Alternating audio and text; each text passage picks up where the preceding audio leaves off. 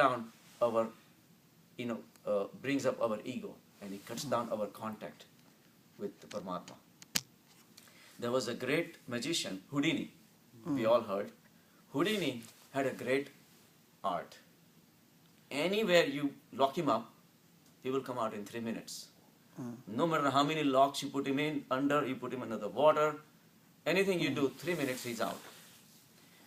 He had a tremendous art, and nobody else could duplicate all that. One day, he lost. He did the show in Italy. In Italy, he lost. He couldn't come out.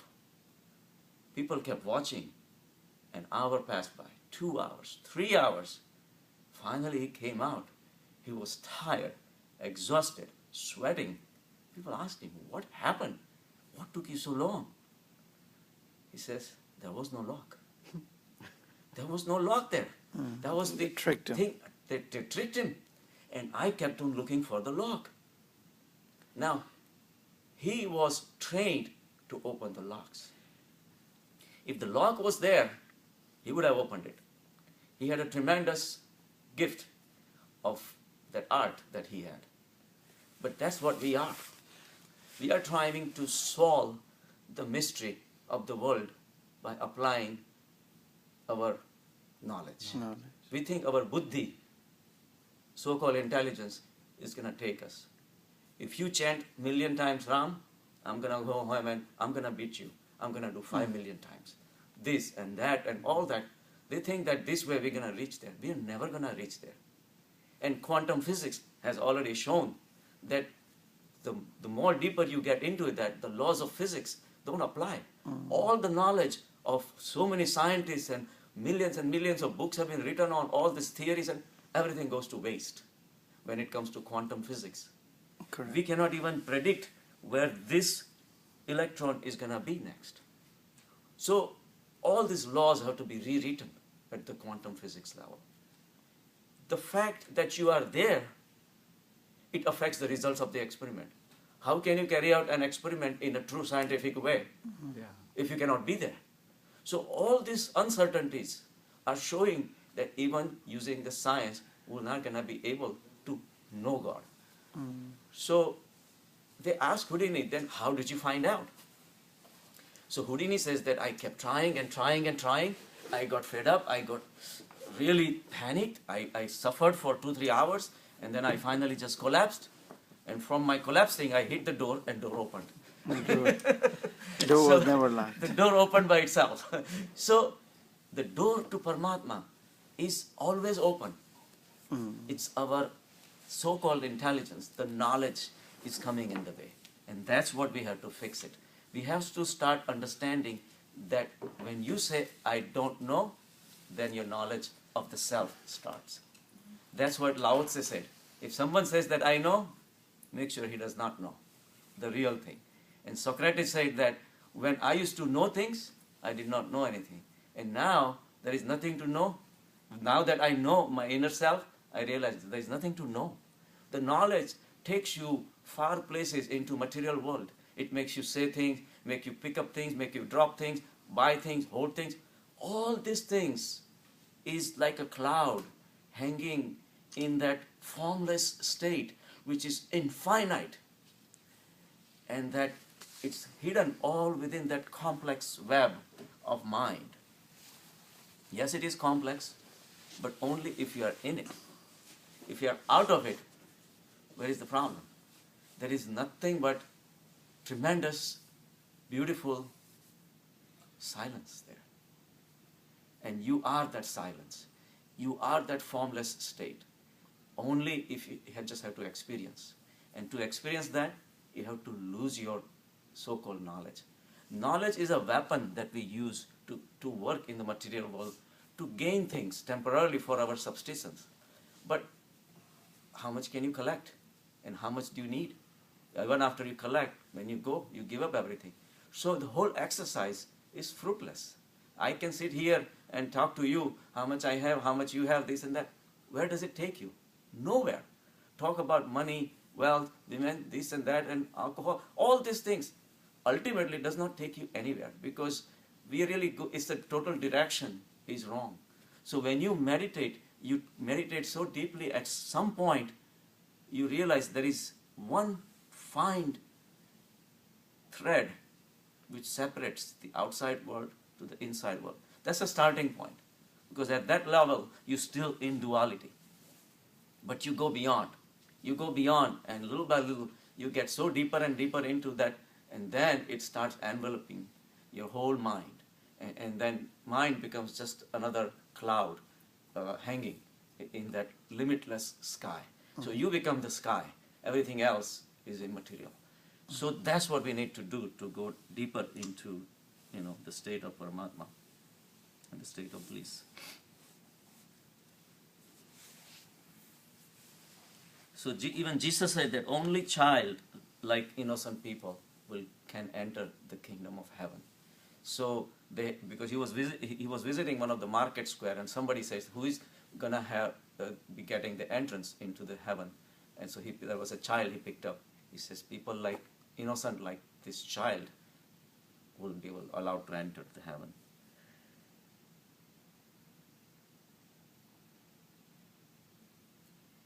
So the desires that you have, all the desires that you have are towards acquiring material things. Now, whether you actually are acquiring material things or your ego based on material things, that I have so much and I have so much, I have so much respect, I have so much fame, people respect me, and I have such a big name, and all these things are still part of the material world. It's always going to take you in a wrong direction. So the real king is the one who gives up all the desires. And you don't have to work to give up the desire, because then also you are battling with material things. Correct.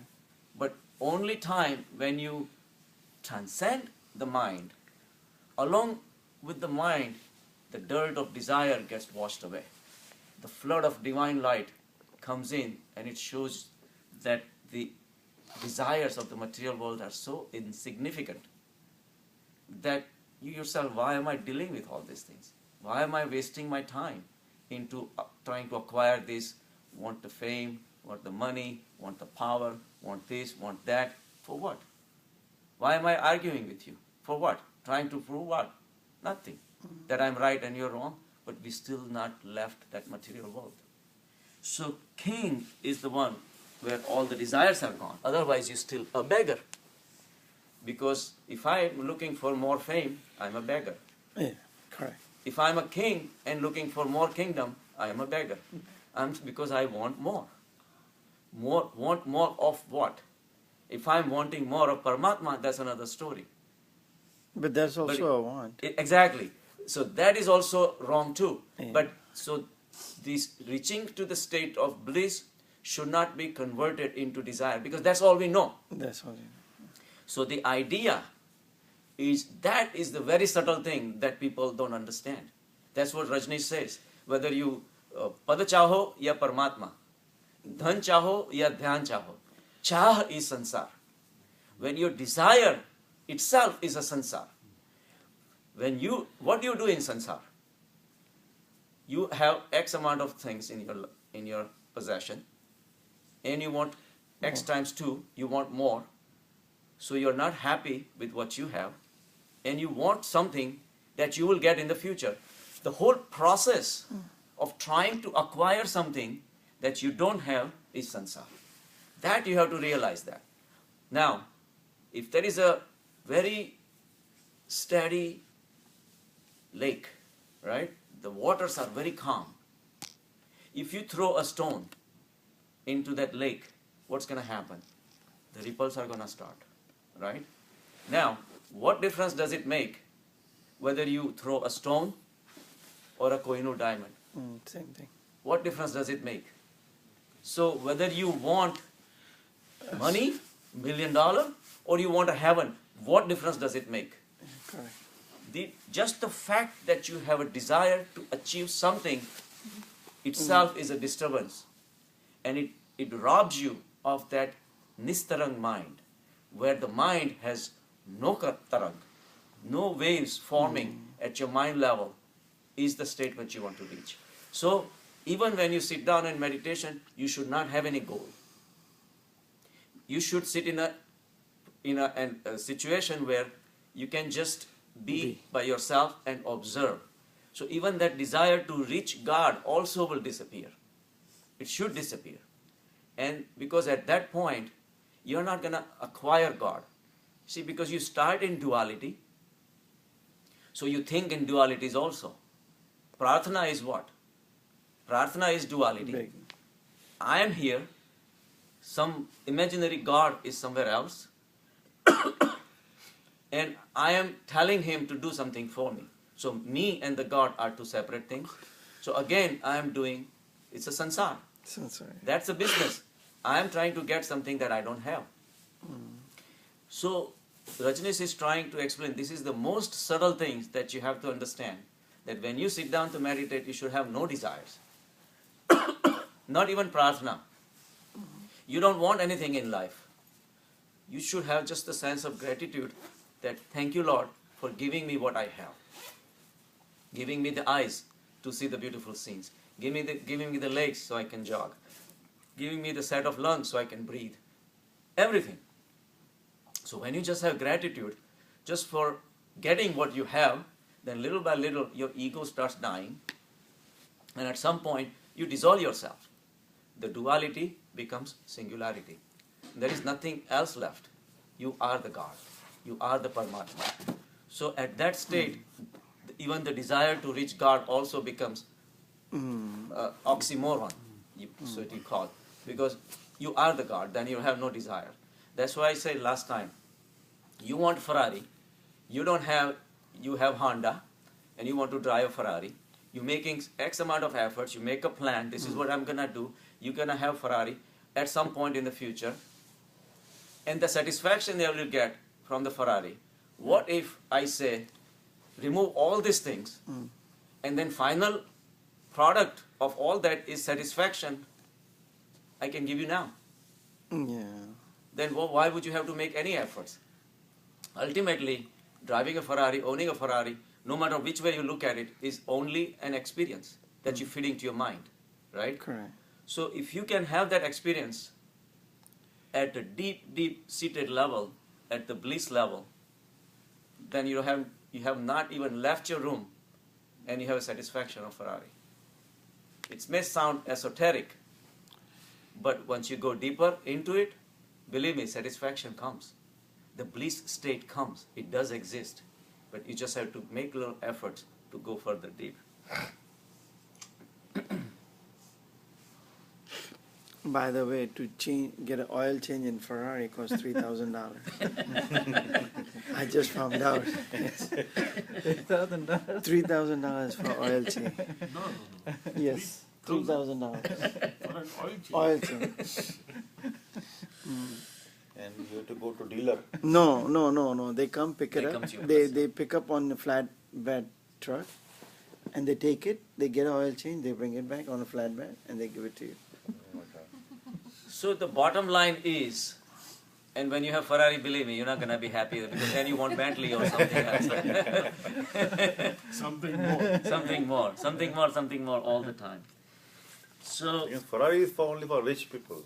We cannot. Even rich and poor, that's we just talked about because you were late again, as usual. We talked about king who wants more is not a king, is a beggar. Oh, So at any level you can be a beggar. bigger. So you are no better off. Whether rich or you are poor. So Exactly. So it doesn't matter. It's your wish that's making you poor. So like, we have a friend, right? So talking about it, tons of money. We're visiting somebody's party. Apparently the guy, he's throwing a party, had a business in supplying for the defense department, the time, material, and he supplies the employees.